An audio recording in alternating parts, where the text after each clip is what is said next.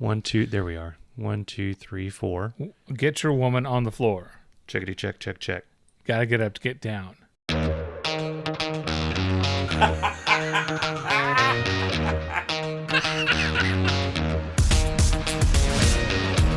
Welcome to Irritable Dad Syndrome, the podcast that has a different open every single week.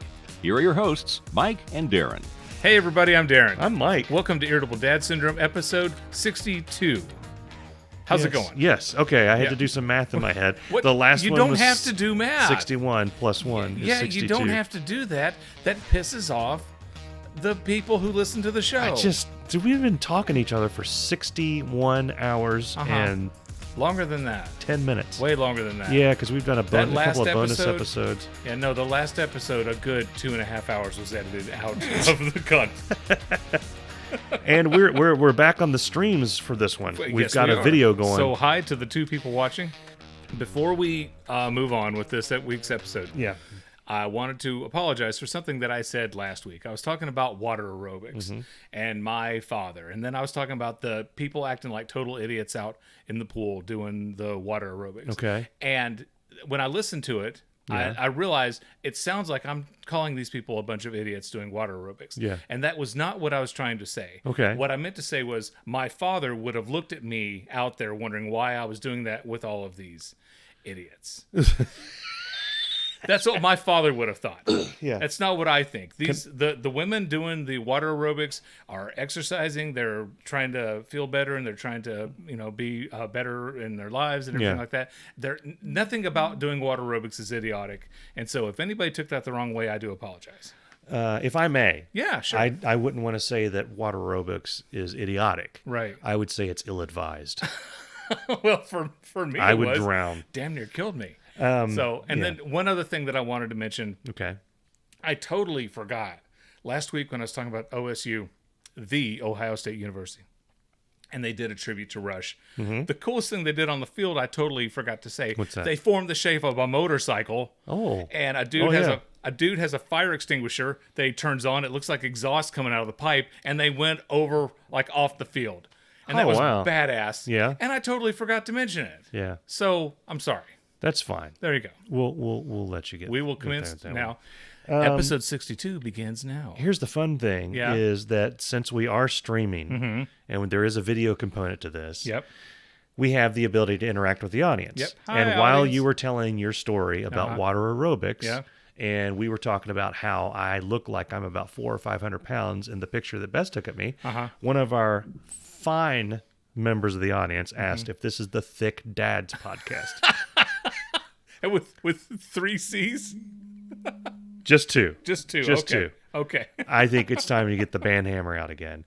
Mr. Hughes is already banned. Yeah. I think we need to ban Stumpy. We already banned Stump. Is he? Yeah. Is he? Is the only people watching this thing or the banned people? We were banned for the show, yeah. Okay, I think he quit watching too. Okay. Okay. It's just you, me, and some weirdo in frickin' his mom's basement.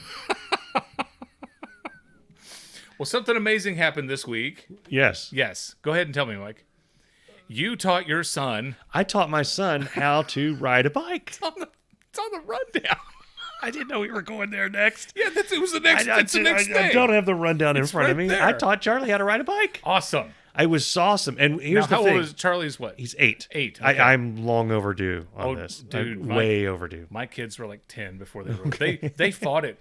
They fought it like tooth and nail. They did not want to do it. We're not interested. You had to kicking and screaming and I just learned how to ride a bike 2 weeks ago. Yeah. I had to learn so that I could teach Charlie. Exactly. But here's the deal is I ordered, so we got him a bike for his birthday. Yeah. And then I ordered training wheels. Okay. Because this bike's high, we had one that was smaller with training wheels already on it, but he's too big for that one. Yep. I'm a bad dad. So I order training wheels. Now you're figuring that out. Okay, here's the thing. Okay. They came in, and then I saw the online reviews said you may have to replace the axle. I thought, how hard is it to replace the axle on a kid's bike? This is where I would go, what's the axle? Turns out, it's kind of hard to replace the kid's axle. Yeah. The kid's bike axle. Because they said you need one's about a half inch longer on each side. Sure. To put the training wheels. I said, whatever. Yeah. And I tried to put the training wheels on. Schmaxel. Sure enough, they weren't long enough for the training wheels. I go to a bike store. Did you know we have a bike store? Okay. VOA. You go in there, there's Yes. a guy with a vise and a hammer in the back. He's a bike smith. And then you've got a sales guy in the front. He's a bike smith. The sales guy in the front looks like he's a bike smith. Okay. The bike smith looks like he's a sales guy. It's very strange because I go up to the guy that looks like he's smithing bikes. And he says, I'm just a sales guy. I go over there to, I don't know if his name was Lance or Craig. Yeah, Lance. Who looked like he, Every person who rides a bike is named Lance. He had like a T-shirt and a thing. I won't go there. And, he had this bike and a vise and he's spinning the wheel. And I come over and I was like, I need an axle. And he's like, what kind of axle you need? I was like, you're going to be impressed. I said, I need 3/8 inch. I need 6.5 inches at least. Wow. Yeah. He didn't seem as impressed as you are. He went back. He looked for an inordinate. I was playing along. He looked for an inordinate amount of time for this axle. I was starting to think, it's a bolt, basically, is what it is. Right. He says, we're going to have to order one. And he said, the next one's going to be available in March. March? And I said, March. Jesus, God. Yeah, I thought that. I didn't say it. And he's like, wait, I think I can get one faster than that. March? So he found one. It came in like a week later, or 2 or 3 days later. Is that because of COVID? I don't know what it is. It might be supply lines or Yeah. So it comes in. I come home. I like an idiot. I think you just take the nuts off the side. You shove the other axle in there. No. There's grease. There's bearings that flew out. Yeah, it's all ball bearings nowadays, Mike. There's a thing in there that looks like it broke completely. Mm-hmm. So I started thinking, do we have enough money in our account for me to go to Target and buy another bike? This again. Because I don't want to tell the family I just broke my kid's bike. Right. I wanted to sneak out, go get the same bike, have this one meet an unfortunate accident in the Rumpke container. Ta-da! And, hey, look what Daddy did. No training. So anyway, to make a very long, boring story short and entertaining. Oh, it's a little late. I said, Charlie, here's what we're going to do. We're going to learn to ride a bike without training wheels. Now, I'm not a maniac. I put a helmet on him. Oh, yeah. The helmet mostly fit. If he fell, the helmet would come off. As long as he was upright and riding, the helmet fit perfectly on his head like a hat. So we go do this. I'm proud of him because he wasn't as scared as he should have been. Okay. Your son is fearless. Yeah. You've described him several times as the cage fighter of the family. Those watching the podcast can tell that I am not in the best of shape. And I was trying to run alongside this bike. And I made it. Turn. I held him. I kept him upright. I was doing most of the work, and then we do it some more, and I'm doing like 90%, and then 80%, and then get to the point where I'm like letting go, and he's doing it himself without training wheels. And finally, he's going up and down the parking lot. He learned how to turn. Oh my goodness! There was one scary moment where he was riding like towards an oncoming car. Okay, it was partially my fault because I told him go this way, go in the street, dude, and normal people would have seen that there were arrows pointing the opposite way that I was telling him to go. I didn't see arrows like car traffic go this way and I'm having him go the other way. A reasonable person would assume that those arrows are for cars to go that way. Right. And that's what it was. And I send my 8-year-old on a bike going the other way. You just used reasonable person and you in the same sense. Did. Yeah. I did. Okay. The point is he's alive and he can ride a bike. Now, that's awesome. He still has a little bit of trouble getting started. Who doesn't? Yeah. I can't. I was showing him how easy it was and I almost broke my neck. I fell.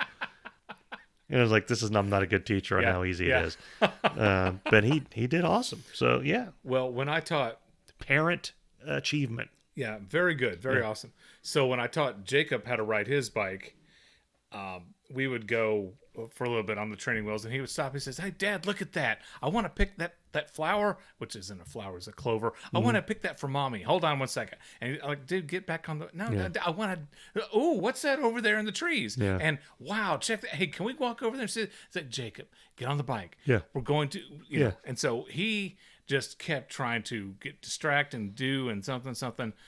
eventually, finally, he learned how to ride his bike. Yeah. And then, Cameron comes along a few years later. Same thing. Does not want to do it. Cameron would get on the bike. He'd go half an inch, maybe an inch, and he'd slam on the brakes. I'm like, you did. It's like, you're trying to be positive and optimistic, and you did really good, buddy, that whole inch. Let's try and go 2 inches. 2 inches. Inch and a half. Meet me halfway. And he would go and slam on the brakes and go and slam on the... Yeah. And I'm like, okay, listen, buddy. Yeah. You can't ride a bike if you don't stopping the bike. I don't know what else. They require continual forward motion. It's not going because you keep stopping. And eventually he learned to ride the bike. Well, how they say you never forget to ride a bike. But there's a weird thing with riding a bike. Mm-hmm.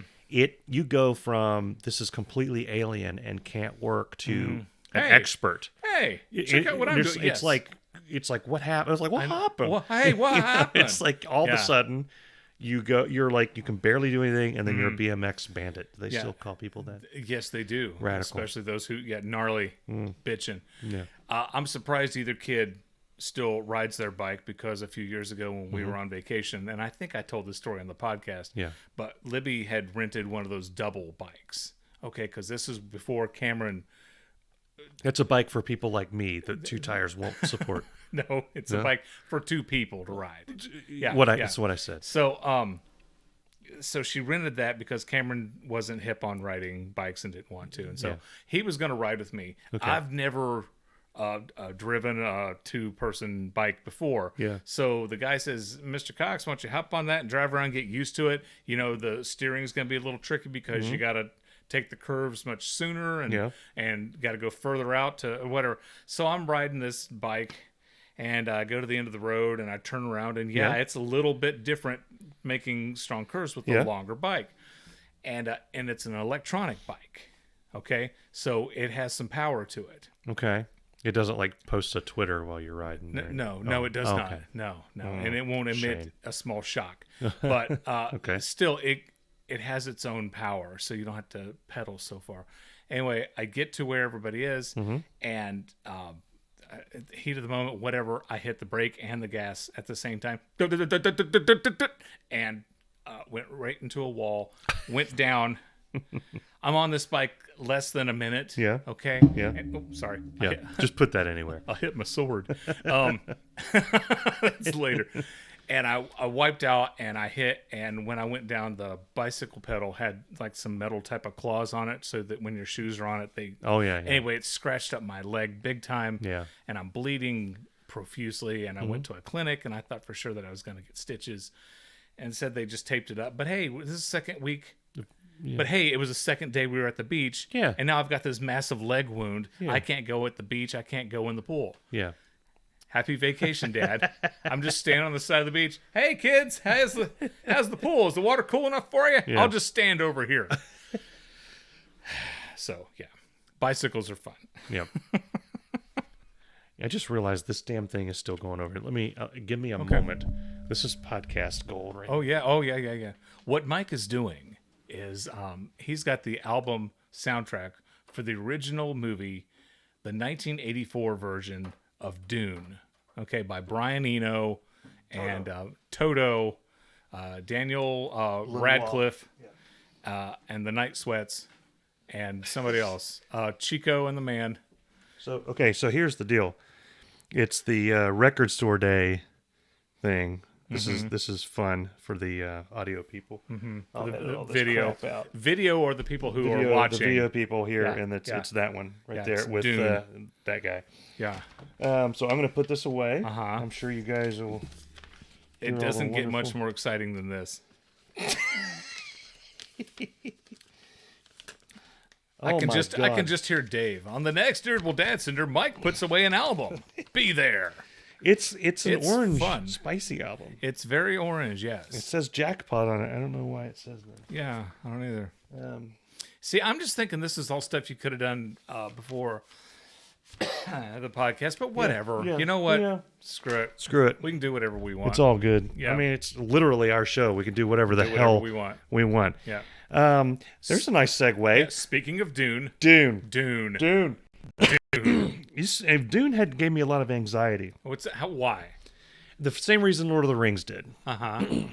And Dune has a lot in common. I'm going to just go with my spiel. Okay, but spoiler alert. If you haven't seen the new Dune movie, we will spoil it for you. You spoil the piss out of it. Yes. It's only been a book since the 60s. Yeah. And if you don't read, there was a movie in the 80s. Herbert made it in 74. He wrote the book. I thought it was 60s. It doesn't matter. Yeah. Before either of us were born. Cared. Yeah. We're cared. Yeah. And so he made a book. Yeah. Wrote a book, some say. I made a book. Yeah. Dune. J.R.R. Tolkien wrote a book, Lord of the Rings. He wrote books, plural. Books. Well, Frank Herbert wrote books. There's books of Dune as well. Okay, yeah. Okay. Tolkien's son continued writing Middle-earth books. Frank Herbert's son continued writing Dune books. Right. Both had movies that came out in the 80s that some people think are wonderful and some people think are like, oh my Lord. Now, I don't remember Lord of the Rings making an 80s movie. Yeah, there was a cartoon. The animated Bakshi, right? I don't know. Yeah. Bless you. No, it was one of those. I think it was Ralph Bakshi. Yeah, it was one of those you watch it and you think, I don't ever want to read this book or have anything to do with this for the rest of my life. Why did I do that? Anyway, the point is, in Lord of the Rings had a resurgence. Some would say better movies came out in the 2000s and all that stuff. I would absolutely say that. And now so Dune had a lot to live up to. Like, Lord of the Rings, in my opinion, Lord of the Rings was just standing over there like, bring it, Dune. Come on. You said before you couldn't do it the way you wanted to do it because you didn't have the special effects. You didn't have all this money. Look what we did. Suck it. Yes. Bring it. Sting's too old. Who you gonna have do this? I was right, Ralph Bakshi. Okay. Yeah. All right. There you go.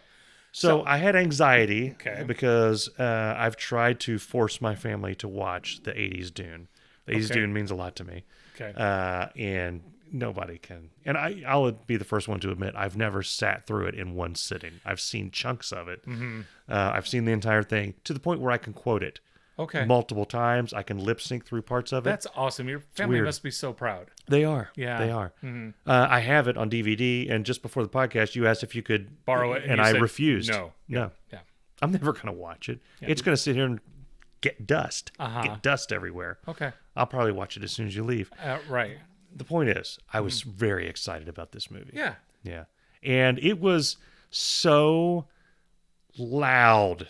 It was the loudest movie I've ever seen. It woke. It's almost like when they made it, they thought, people are going to fall asleep. We need to have these thopters go every once in a while. Crank this up to 11. And randomly, things would be quiet, and all of a sudden, Thank you, Mike. Yeah. I thought we were under attack. You refused to see this. No, I refused to see the movie with you because you were going to throw a fit about whatever. Yeah. This is what was confusing for me because right when it's just as loud as can possibly be and everybody's shooting each other and explosions and whatever you hear. It's like, why is she whispering? I don't remember the whispering. Paul Dune, the main character, Paul Dune, his mother starts whispering. Mama Dune. Yeah. I couldn't understand a thing she was saying. I don't remember her whispering. Okay, and it's not the voice. It's not the get over there. Throw him out the thing. Right. Get the knife. Right. Cut his balls off. Right. That stuff, Right. No, she's like whispering.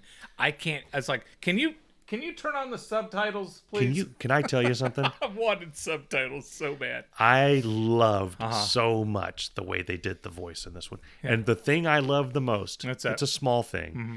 If you saw the original Dune, even the most ardent defender of the 80s movie Dune, squirms a little bit in their seat when they start whispering what they're thinking because it's weird. Yeah. You have Kyle MacLachlan staring, and then you have it like, I wonder if he's looking at my butt. It's like, I don't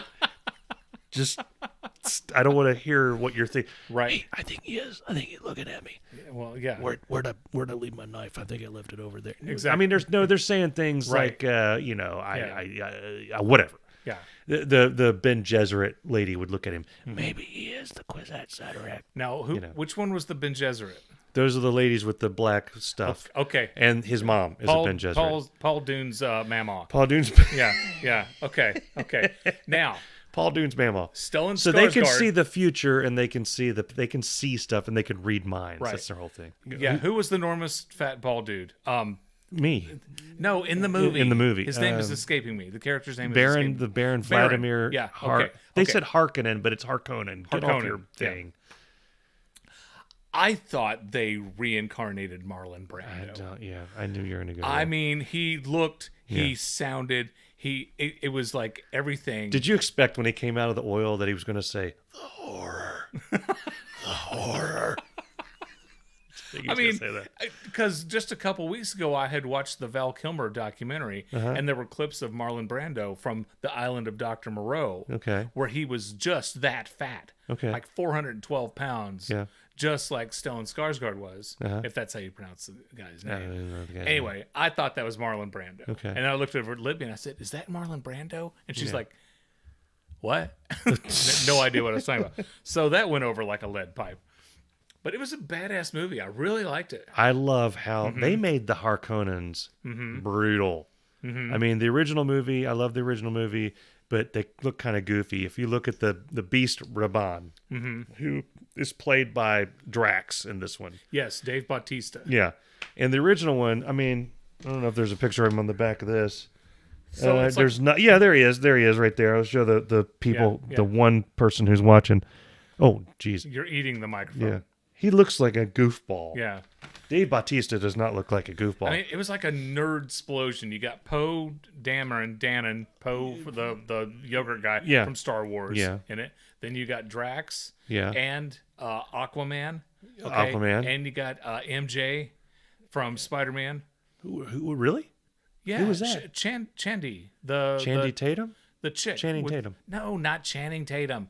The girl with the blue eyes and the curly hair. lady. Yeah. That's MJ from Spider-Man. The one where they said, turn around and say this is only the beginning to let people know that, there's not a riot. Yeah. Like at the end of Fellowship of the Ring. Exactly. When Sam and Frodo are like, well, there's where we got to go. And then it's over. And there's a bunch of idiots, including me, like, what the butt? Yeah. Then you got that is the lady. Duncan Coco, or what's his face, is Aquaman. No Country for Old Men. Yeah, Javier Bardem. And he even he doesn't have the air gun, does he? No, he doesn't. No, he does not have an air gun. Yeah, but he's pretty cool. Yeah. There were other people in the movie. Yeah, there's like Thanos. Thanos. I told the kids, I'm like, Thanos is in it, and they're like, which one was Thanos? Yeah, and I'm trying to explain because Thanos dies early on in this movie. I know. So I did spoiler alert. I did a dad laugh in the movie. One of these like I did one of those, and it was something from the trailer. But I love the line so much where Poe Dameron says, "Smile, Gurney." I am smiling. I just did a dad cackle. I couldn't help it. Nice. Couldn't help it. Yeah. But no, it was a good movie. Man's an American treasure. He is. Thanos. Thanos. All hail Thanos. Yeah. A toast. Actually, he was in No Country for Old Men too. I wonder if they talked about that. Like they had a beer at the worm tent. And talked about being in Thanos. He was in the Goonies. Yeah, he was. Thanos was in the Goonies. Yeah. It blows my mind. Anyway, so if you haven't seen Dune yet, we just spoiled it for you. Yeah, bring earplugs. My God. My grandmother, she would tell people at the movie theater all the time, she would go out into the lobby, you turn that down. I could just hear Nana telling them, bitching, turn that music down. I usually love it when things. That's why I go to the movies. And they had the Thopters were shaking the seats. They had that thing going. Yeah. But I usually love that stuff. But there was a few points where I'm like, enough. Honest to God, we went to the theater where we always go down in Hamilton. Yeah. That place was rocking. I'm like, this isn't even a Dolby theater. We were in the Dolby. Yeah. It was as loud as you could have imagined. So we quit going to the IMAX because. Well, one, it's $175 for a family of four. Well, and it makes you. I have flashbacks. We saw something, one of the Avengers movies in the IMAX, and I had flashbacks. It was so loud. It was so loud. It was like they were putting off firecrackers in my ear canal the entire time. Like I had ear pain at the end of it. Mm-hmm. And then we went to Dolby a few times. It was like okay, but this one blew me away. Yeah. And the lady with thing. I just stop. Stop doing it. Just turn it. Yeah. Put some reins on that. Yeah. So anyway, the next part's going to come out at some point. Yeah. And the thing that I they didn't want you to haven't text me about, the green eyes thing didn't happen. The green eyes, blue eye thing. Yeah. Because I kept telling Libby, it's like Mike won't stop losing his mind over someone changing their eyes to green, and me going, "Hey, how come his eyes are green?" And it never happened. And we get in the parking lot, and Libby's like, "Nobody's eyes turn green." I'm like, "I know." No, they turn blue. See, you didn't even understand the thing that nobody's you didn't eyes were understand. green. Period. His eyes are green. Paul Dune. Dune's eyes are green. When? The whole blanking movie, his eyes are green. I'll edit that out. Whatever. I didn't. They're see. green. I didn't see. They turn blue. I didn't see. Because you saw Spider-Man lady's eyes are blue. Yeah. And No Country for Old Men's eyes are blue. Yeah. His eyes turn that Okay. when he trips in the desert. Okay. Yeah. Yeah. Okay. Before the movie, like you, I was complaining that they showed a trailer for Scream. That's ridiculous. It's a PG-13 movie. Yeah. Dune. Sci-fi. And the so let's same show vein as- yeah. a horror film. A very stabby horror film. Yeah. And let's show all the stabbies. Like Yeah. they showed every stabbing. Let's show the dude with the mask sneak up over and over and over and over again. Yeah, and let's show him bring the knife up and swing it. Yeah. And then you go to another scene, but you keep the in there. Yeah. Just and the blood splat, screaming yeah. and all that stuff. It's like, Yeah. okay, that's nice. Yeah. Yeah. I don't know why they did that. No. Charlie couldn't sleep that night because of because he poor kept kid. thinking about that trailer. I'm like, Yeah. it was annoying. Yeah. It reminds me, I took Andrew to see The Hobbit, one of the Hobbit movies, and they had a 300 trailer, like the sequel to 300, and it was, I mean, was it 301? 301 Spartans. Yeah. They were all spotted. That's terrible. 301 Electric Boogaloo. That should end this podcast right there. This should make it. Thank you. Good night, everybody. Thank you. Yeah, We'll there see you go. And But no, and I complained about. I was the dude that complained. I was like, I don't know why. I mean, because we ended up leaving because of a Spider-Man. He says it was a different movie. I remember him saying he wanted to leave when it was Spider-Man. So right. Anyway, Yeah. but like a good dad, I raced home, threw him in the living room, yelled out to Bess, "Here's your kid," and then I rushed back to the movie in time to see the beginning of the next showing by myself. Of Dune? No. Oh, Spider-Man. No, The Hobbit. The Hobbit. Okay. Back in the day. Here's your kid. Here's your kid. Here's our kid. I wasn't a complete jerk. Did I tell you I was in a car wreck? We were in a car wreck on our way to see the first Hobbit. No. Yeah. And at the stoplight up here by the UDF. All our listeners will know exactly where that is. Yeah, sure. On the corner And of... you know, I'm talking about how excited I am for the Hobbit. And a lady just rammed me in the back. And I'm like, oh, my God. Because we were late to get there. Yeah. Because I wanted to get one of those Hobbit drinks. And now you're going to miss the movie. Yeah. Yeah. So I got out and I just said, there's no thing here. I mean, there's no damage. I don't care. Do you want to do insurance or what? You don't look like you have any damage. And she was like, this young girl, she's like, well, I don't guess we had it. Good. Why don't you write a check for $150? I do remember. And I'll go. I do remember saying, do you need to call the cop? I mean, do we need a cop? Do we need a police report? This is fine. This is fine. Right. Let's just go. Let's call it a day. Right. I stopped short of saying, I got to go see Frodo, or I'm sorry, Bilbo. Go on his amazing journey. I don't have time for this because we had the kids taken care of. Everything was in place. Molly was dealt with. Yeah, everybody was dealt with, and I don't had a ruin 2-hour window, and then some jackwad is in a rush to get to whatever she was going to, rams my Hobbit going, but no, you're not screwing that up. So she gets my Hobbit going butt. She gets the full. Well, that jumps my coin when that happens. I don't know if you know this. I go overboard on some things. She gets me jumping out of the car, the bald guy with, I think I had a Hobbit T-shirt on, saying, "This is fine. We're fine. You're good. I'm good. We're good." Yeah, that's fine. She should be happy that you didn't have any ice cream sandwiches in the car. Because then all hell would have broke loose. The reason I paused there is because I had a moment of, I was thinking, man, that would be an idea to just bring some ice cream sandwiches to the movie. Yeah. I have one more thing to say about Dune. Okay. I'm kind of glad that it was so loud because there was a guy sitting directly to my right. So it's me, and then there's Charlie and Andrew, and then Beth. A guy directly to my right with a nose breather. So I had to pee a bunch of times because I just did. And did you drink an entire gallon of root beer? Water. Okay. But I had a thing of popcorn. It was bad. And I had a Monster drink at some point during the day. It was not a good... I didn't plan my intake well. And I set myself up to need to pee multiple times. And I tried to pee a lot in the beginning because I haven't read the whole book. I've read a good portion of it. I'm like, we're a few pages away before they go off into the parts that I haven't read. So I'm trying to get all my peeing done, and then I just couldn't help it. And I was like, I'm going to hold it. I'm going to hold it till the end of the movie, and then there'd be a quiet part. I'm like, no, I'm going to get in front of this guy. I'm going to go sitting pee. next to James Gandolfini. He didn't look that unhealthy, and he kept checking his phone, like he kept texting. Like, who are you texting during Dune? Who farted? Unless it's like, I think my hearing is being damaged, or you're looking up tips to save your hearing. Or how can I breathe more annoyingly? Maybe he's looking for a CPAP that he can bring into the theater. I'm going to be that guy. Can you imagine some guy sitting there with a flipping CPAP machine? That would be me. I would bring a CPAP. When we went to see Avengers Endgame. Yeah. There was a guy with a CPAP? No. Okay. I had, heard how long the movie is. Did you wear a diaper? No. Okay. I got one of those that straps to the side of the leg. No. God, no. But we went to the whatever show. We went to the 4 o'clock show. Yeah. I stopped eating and drinking anything at 1 o'clock. Oh my God. I didn't have. It's like I finished my lunch and I went to the bathroom. I don't know, 3 or 4 times. Yeah.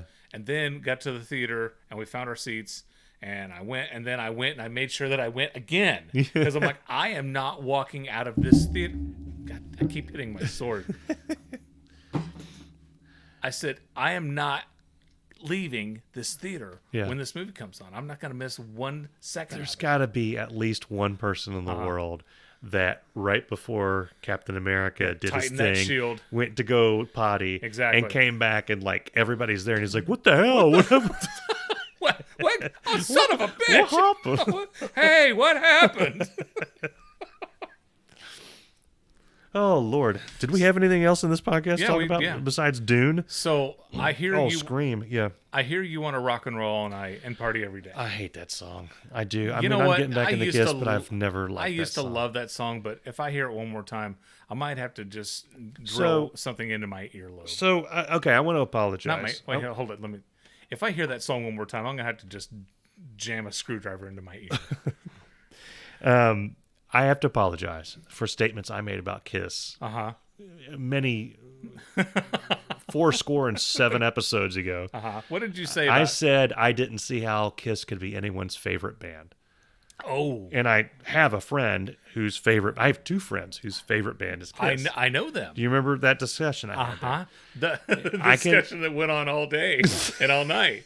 No. That was a long van ride. There was like a 10-minute thing on the podcast. Mm-hmm. It was a bonus. It became a bonus thing. Yeah. So I want to take that back. I can now see. So the YouTube, every once in a while I go down through the YouTube algorithms, things pop up and it puts things in front of me. For some reason, it put Paul Stanley's autobiography. Well, hold on. Let me back up. It started putting what Paul Stanley really thinks of Ace Frehley. I was like, oh, here's some juicy drama. Great. Yeah. So I listened to that, and then I listened to what Gene Simmons thinks about Ace Frehley, and then what they think about Peter Criss, and then what Peter Criss thinks of them. Eric Carr, by the way, there was an episode of Donahue where Peter Criss was on there because there was a mistaken identity. I remember that thing. I remember that. And there's all these things, and then that all led to Paul Stanley's autobiography, and I'm like, I'm going to start listening to this from the beginning, and I started listening from the beginning. It's fascinating. Yeah. They need to make a biopic. They need to do like a Bohemian Rhapsody type movie about Kiss. All of it would be awesome. there's so much stuff in the beginning, like growing up, at least in Paul Stanley's side. I haven't read or heard the Gene Simmons. That's after this one.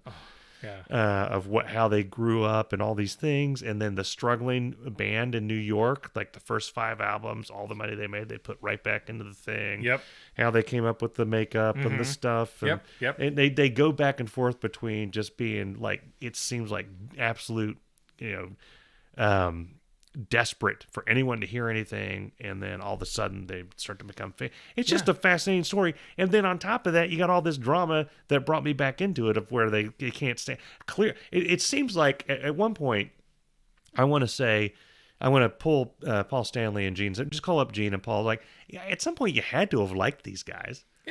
I mean, you were in a band with them for a bit, and there is a portion they pulled out all the spicy bits on the YouTube videos. But if you listen to the actual autobiography, which is on YouTube, by the way, they do pepper in, like, well, he was an amazing guitar player, and Peter Criss was good at Ace was amazing in the band until he just became unreliable. He just kept showing up late and not showing up. And then, Ace got really into the drugs. So then, really bad, hard into the drugs. So then I come back to listening to, I was like, I got Spotify right there. So I go back and listen to any Kiss, whatever. So I'm listening to the song after he just talked about it. It puts it in a new light. Everything's in a new perspective for me. So I'm like getting into it, and I'm like, am I too old for that? Is it too old? Am I too old to get into Kiss? Okay. I know they're in their 90s now. 95 is Gene, and Paul is 93. I mean, I just saw them on Tommy Thayer, the Ace Frehley impersonator, is 34. Forever. I thought there was a speech impediment. That it was Tommy Thayer, and they were just saying Thayer. Thayer. Yeah, I don't know if you ever heard Paul talk, but he has kind of a thing. He like does. He does. Come on, people. That thing. Yeah. But like, so I saw them on the End of the Road tour. I've seen it because they're a couple of my friends' favorite band. I've seen them like 4 or 5 times through the course of my life at various stages. And I never really appreciated it. And then the End of the Road, I was in full blown. This is probably the last time I'll ever see this band. This is, in theory, their last tour. Hopefully, I mean, the past 3 tours have been their last tour. But now I'm listening. Now I would want to see them again with the aid of history, like knowing what I know about them now. Yeah. So I'm getting into Kiss. The next time I'm gonna be like 53, and I'm gonna be like coming to an Halloween party with like the demon paint on my face and stuff. I'll be the Star Child. Yeah. No, you asked, am I too old to start getting into Kiss? And you're never too old to start getting into any type of music. But I would recommend that you don't go any further than in their album lineup than probably I Love It Loud. Okay, that was the first album. Well, I like Revenge. I like Kiss Revenge because fans. My buddy really I take it back, Kiss and Revenge. I'm gonna piss off all these Kiss fans because I like Psycho Circus. I'll say it. No, you did not. I did. You did. I like portions of it. You didn't. I did. You didn't. I did. Lick It Up was awesome. Bless you. Yeah. Lick It Up is a great song. Heaven's on Fire was a great song. Crazy Nights. Yeah. I mean, it's got like 3 lines. Yeah. But they're true. great. They just keep saying crazy, crazy, crazy nights for 5 minutes, but it's awesome. Yeah. That was the first tour I saw them, was the Crazy Nights tour. Yeah. Okay. So no makeup. No. Yeah. The first time I saw them was with no makeup. They had Bruce Kulick as their guitarist and Eric Carr as a drummer. Eric Carr was a phenomenal drummer. Yeah. He's incredible. And then I saw that tour. I saw Hot in the Shade 3 times. Yeah. That tour, we saw him in Johnson City. We went to Roanoke. Yeah. And then Murfreesboro. So we went, and it's the same set. They didn't mix it up. By the 3rd time, we're like, why did we see them 3 times on this tour? So one of my buddies that's a huge Kiss fan points out that one of the things that draws him to them is because there's all this stuff about him. Like he dives into things full tilt. Like he dove into Walking Dead, so he saw like all those things. We got him into the Marvel movies, so he's like gone all. He's seen more of that stuff than I have at this point. Right. And so now I look at Kiss as I kind of put them in the same category. Walk with me down this road as like let me think of other bands like this: The Grateful Dead, or who's another one? Rush. Yeah. Where it's like, you can't just buy one Rush album or one Grateful Dead album. There's a whole thing. Yeah. It's like, okay, what are you going to listen to with Rush? 2112? Okay, come back when you've listened to Presto, and then go back and listen to the first album. Like, there's a whole lot. You gotta qualify, and then you've got to get a few classes under your belt and come back and do all this stuff. It's like, you listen to them when they sounded like Led Zeppelin. Well, here they are in a bunch of kimonos with double neck guitars and singing about eating honeydew. I'll see you in a couple of years when you get done with that. And now here they are, singing about technical stuff. Yeah, the song about the trees kind of lost me. But no, Kiss is kind of the same way. It's like, what do you like? I mean, their early stuff sounds almost like rockabilly, almost like. It's got like this thing to it. It does. Does. No. To me, it does. It does not. Did I ever tell you that my babysitter, Christy Nunez? Maybe I said rockabilly and I meant something else. It sounds like old rock and roll. Yeah. Which it is. Babysitter, Christy Nunez, when she would watch us when we lived in Virginia, would come over and she would bring her albums and she would go over all these Kiss albums with us. And I don't remember how old I was. Yeah. What do you mean go over? Like, she would this is the devil and he's the space child and he's a cat. Yeah. And we're like, that's the coolest thing we've ever. And she'd play them for us.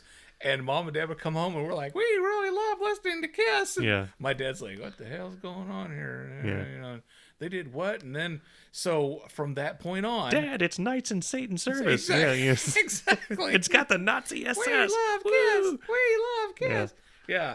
And, whenever they would come on the TV, we'd watch them. You wanted the best. You got the best. Yeah.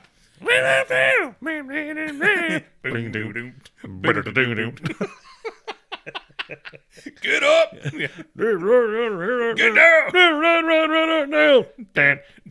down! In the mind of Detroit, Rock City. Get up! Get down! Yeah. And then the drums stop because Peter Criss forgets what he's doing. They have to start over. Poor Peter Criss. Okay, this is let's go sad. Okay, okay. Let's make this really depressing. Okay, if you go on the YouTubes and look up Peter Criss's last live performance, it's sad. Is it? It is sad. Yeah, and it's just like so sad. He looks so happy on Donahue. Well, that was 40 years ago.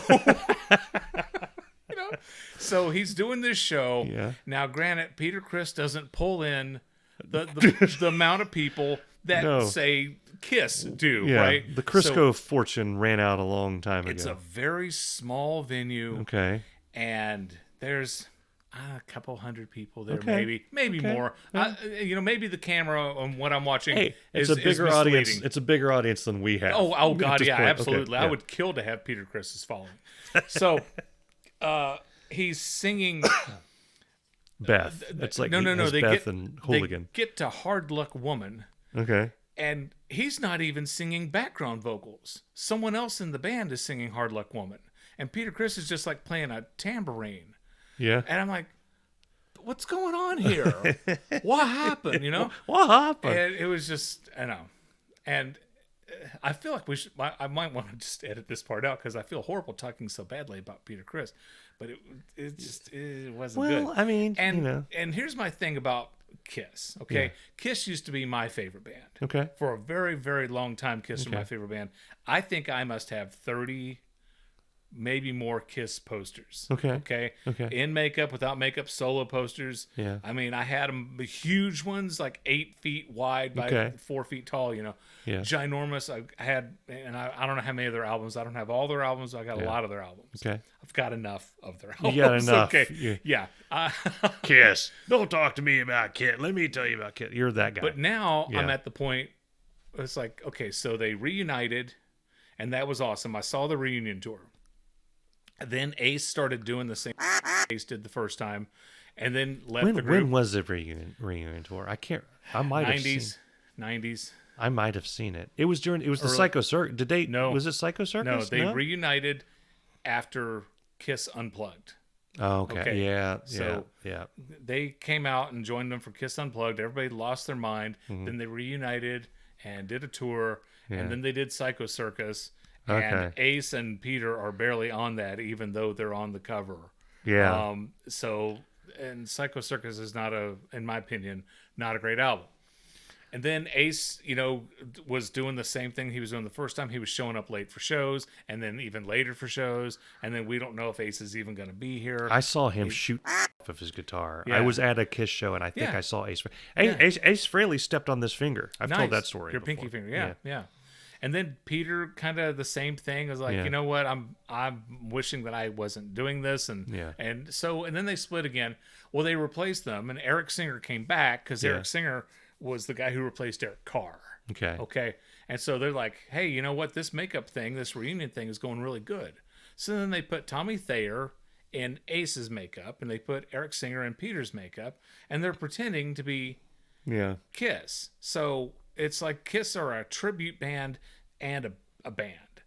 And I'm just like, I wish that they had just did what they did for Crazy Nights and Hot in the Shade and the Revenge Tour, whatever. Just go out there in your damn leather pants and whatever, your t-shirts, and play music. You don't have to, because Gene still spit blood and blew fire, and they still had explosions. They still had the show. They just didn't have the makeup. Okay. And now if you go on the YouTubes, Kiss do sound checks. I saw one for like I don't know, is it $1,000? I don't know what it is that you can pay to get the sound check fan experience. Yeah. Gene Simmons acts like he would rather be anywhere else. And I'm like, he probably would. He probably isn't happy being there. He's like, I'm so ready for this tour to be over with. I haven't listened to the entire autobiography, but I can tell that the big push behind the band is Paul Stanley. Yeah, it's his band. Well, it's his and Gene's, but it's him and Gene, and Gene is the marketing. Gene's the marketing, but as far as the heart and have you bought your Kiss casket? What? No. When they're in the home in their 90s, Paul's going to be the one to wheel over. Let's get back out there on tour. Gene will be just crap. Hey, yeah. So. And that was our 20-minute segment on 20-minute segment on Kiss. Yeah. I'm going to skip the swords. Okay. All right. So I know. We say it every week. We record the show in advance, and I know this show is going to air after Halloween. Correct? Yeah. In theory, yeah. In theory, okay. Yeah, it actually will. But I went to This Kroger. is our first November show. Yeah. Last week I went to Kroger, and I was talking about the grapes that were spookylicious. Yeah. Which is ridiculous because nobody is afraid of grapes. Yeah. I went back to Kroger, and in their produce section they have Peachoween. That sounds dirty. I'm like, that just does not sound right. You are really, really, really stretching it hard trying to tie in peaches and Halloween, and it just doesn't work. Peachoween. I didn't even. Yeah, Peachoween, and this is what they're trying to do, Mike. And this I think is Please tell me what they're trying to do. Un-American. Yeah, and I think it's bad for kids. Okay.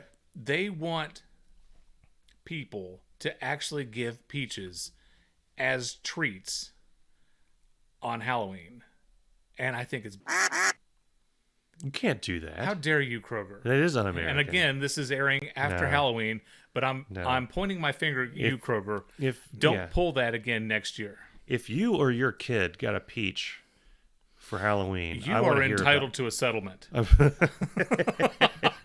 Call this 800 number now. Yeah, the only peach you should get are those weird candies that your grandma had, like the taffy with a little peach thingy in the middle, little orange. I have no idea what you're talking about. You never saw those? Okay. I know the little black candies and then the orange Brox. The people that only make those foil. Are they still in business? I don't. Brox Candy I Company? think they went out of business in 1218. I always thought they were in cahoots with the Dental Association of America. Yeah. Because the dentists all over were like pimping these candies out, and then the kids are coming in, their teeth were coming out. Yeah. And then dentists were putting them back in. Thanks, Brox. You can get a 2-pound bag of candy corn at Walgreens. And I ask you why. Right. You don't like candy? We've talked about that. You don't like candy corn. No. Candy corn is one of those things I like to eat it and pretend I'm eating plastic. Mm-hmm. Because I think it's fun to eat things you can't eat. You like to pretend that you're eating plastic. I will look at a candy corn and the little I like the pumpkin ones. If you're gonna go big or go home. Yeah. And I like to. I'll stare at it. Go. If you ever see me looking at a candy corn or a pumpkin, this is what I'm doing in my head. I keep looking at it. I think this is wax or plastic. This is not. I can't eat this. And then I eat it, and it's like got a little bit of the forbidden fruit. Yeah. Like, oh, you just ate plastic. Yeah. I'm a weird guy. Yeah, and I'm just figuring this out now. So, but anyway, Kroger, stop doing that. Yeah. Do not do that next year. Don't do Peachoween. Yeah. What the? Yeah. That doesn't even sound like. No, anything. That doesn't sound like. It's confusing anything. and stupid. I've been married now for 20. Let's see, we got married in 2002. Okay. So 19 years. Yeah.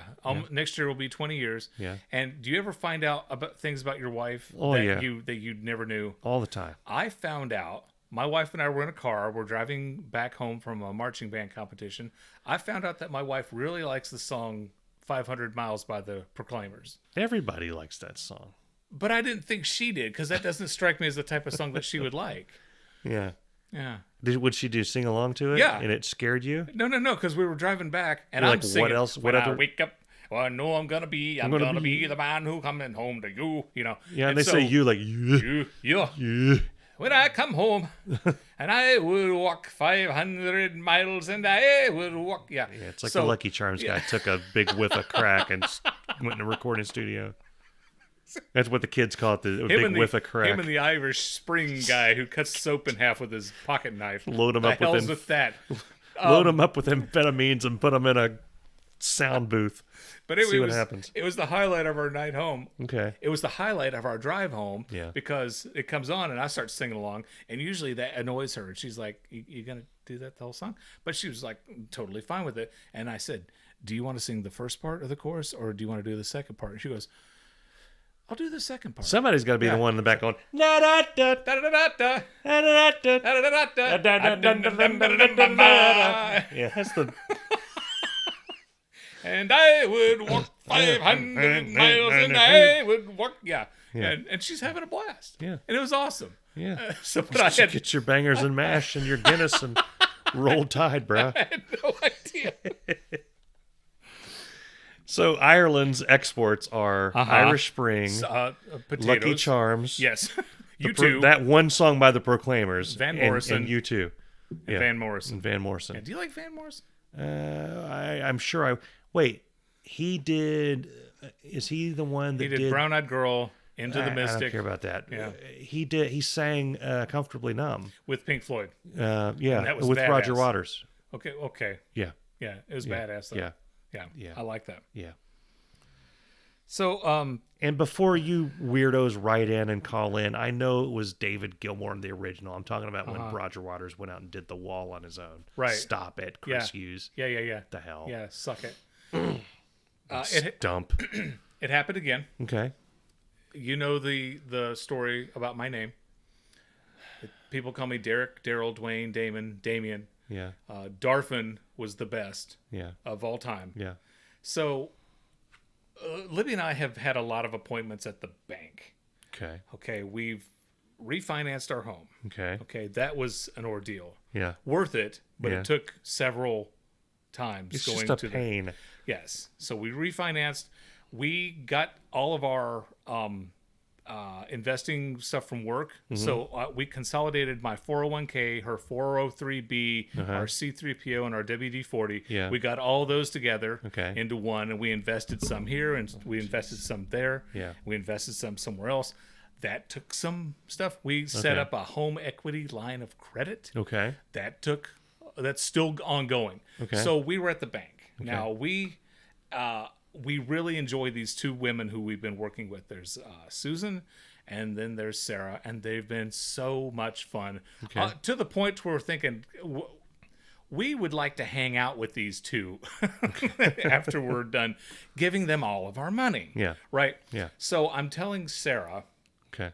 the story of me going to the cable place Yeah. and them calling me Darfin. Uh-huh. And she had a big laugh about that. and she we do this and set up that, and we signed this and looked at this number here and decided that if this percent was higher or lower, it could be whatever in 20 years. Yeah. Or less in 15. I don't know. It's number. Anyway, she says, I'll be back in 1 second. Let me get something. She comes back and she goes, okay, Darvin, let's sign here. I'm like, Darvin. Yeah. You can't even get the screwed up name right. Yeah. She's trying to be funny. Yeah, she's trying to be funny. And she made it on a podcast. Yeah, exactly. So, way to go. Congratulations, Sarah. Sarah. Not Susan, was it? No, it wasn't Sarah. Susan. It was Sarah. Okay. Not Susan. Yeah.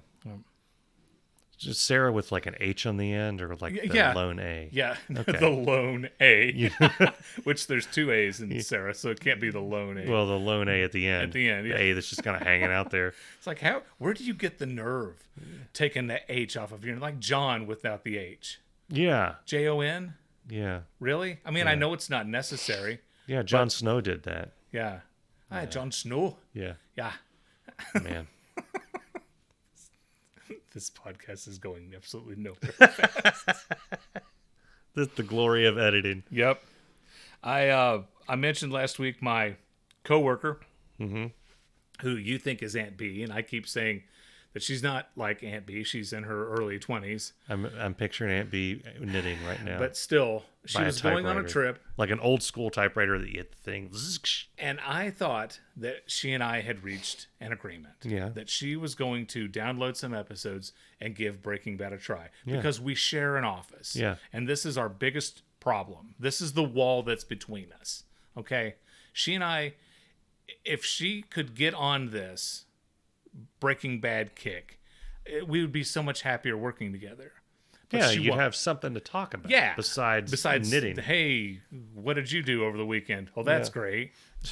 What are we going to do the rest of the 7 hours, 58 minutes that we have in our day together? Tell you what you didn't do this weekend. You didn't watch Breaking Bad. She didn't watch Breaking Bad. The hell? And she tells me today that she didn't agree to do it. But I'm like, you implied that you were going to give it a try. It's an unspoken gentleman's agreement. I know. Between a man and a woman. Yeah, what the hell did she do instead? She watched some other show that was on Netflix. What? Called Bond Sport. Bond Sport? Bond Sport. I don't even know. Is that sports for bonbons? I don't know.